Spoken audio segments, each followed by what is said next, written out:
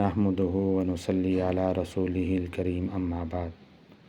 قال الله سبحانه وتعالى في القرآن المجيد لن ينال الله لحومها ولا دماؤها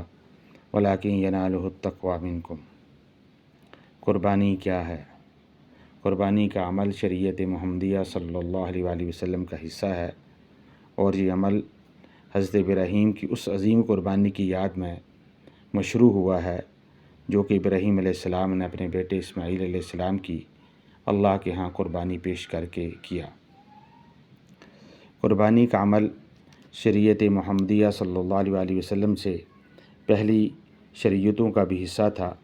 لیکن سابقہ امتوں میں قربانی کا طریقہ دو طرح سے امت محمدیہ سے مختلف ہے۔ نمبر 1، پہلی امتوں کی شریعت میں قربانی کے جانور کا گوشت کھانا حرام تھا۔ نمبر 2، پہلی امتوں میں قربانی کے جانور کا گوشت کسی میدان یا پہاڑ کی چوٹی پر رکھ دیا جاتا اور آسمان سے آگ آتی اور اس کو جلا دیتی، جو کہ اس قربانی کی قبولیت کا اندیہ ہوتا تھا،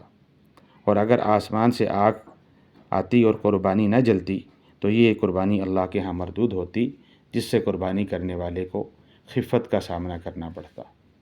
لیکن امت محمدیہ صلی اللہ علیہ وآلہ وسلم کے لیے اللہ تعالیٰ نے آسانی پیدا کی کہ پہلے نمبر پر ان کے لیے قربانی کے جانور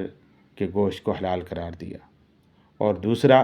اس کی قبولیت کو مخفی رکھا، جس کا ذکر شروع میں تلاوت کی گئی کلام پاک کی آیت کے اندر ہے کہ اللہ تعالیٰ کے ہاں قربانی کے جانور کا گوشت اور خون تو نہیں پہنچتا، لیکن قربانی کرنے والے کا جذبہ اور اس کے دل کے اندر جو اللہ کے لیے کی محبت ہوتی ہے وہ پہنچتی ہے۔